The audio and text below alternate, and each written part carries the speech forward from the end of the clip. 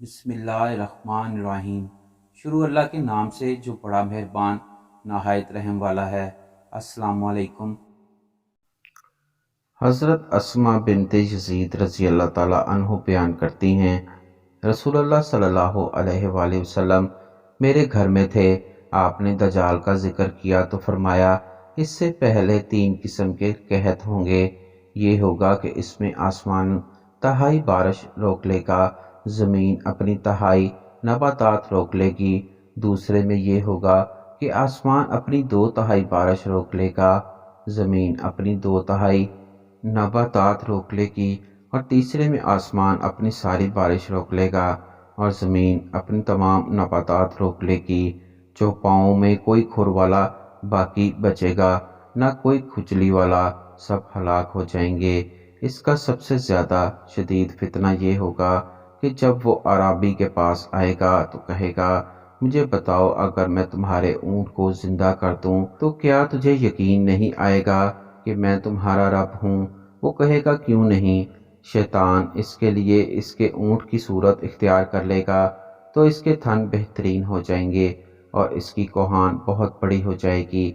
फरमाया, वो दजाल दूसरे आदमी के पास आएगा जिसका भाई और वालिद फौत हो चुके होंगे, तो वो इसे कहेगा, मुझे बताओ अगर मैं तुम्हारे लिए तुम्हारा वालिद और तुम्हारे भाई को जिंदा कर दूं तो क्या तुझे यकीन नहीं होगा कि मैं तुम्हारा रब हूँ?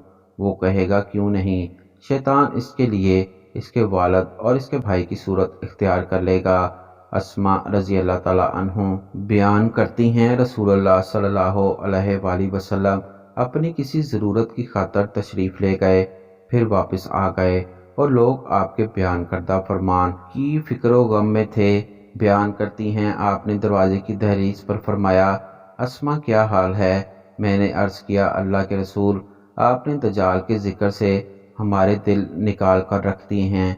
आप सल्लल्लाहु अलैहि वसल्लम ने फरमाया, अगर वो मेरी ज़िंदगी में निकल आया तो मैं इसका मुकाबला करूँगा, वरना मेरा रब हर मोमिन पर मेरा खलीफा है। मैंने अर्ज़ किया, अल्लाह के रसूल, हम अपना आटा गूंदती हैं और रोटी पकाकर अभी फारिग भी नहीं होती कि फिर भूख लग जाती है, तो इस रोज़ मोमिनों की क्या हालत होगी? फरमाया, तस्बीह और तकदीस जो आसमान वाले के लिए काफ़ी होती है, वही इनके लिए काफ़ी होगी।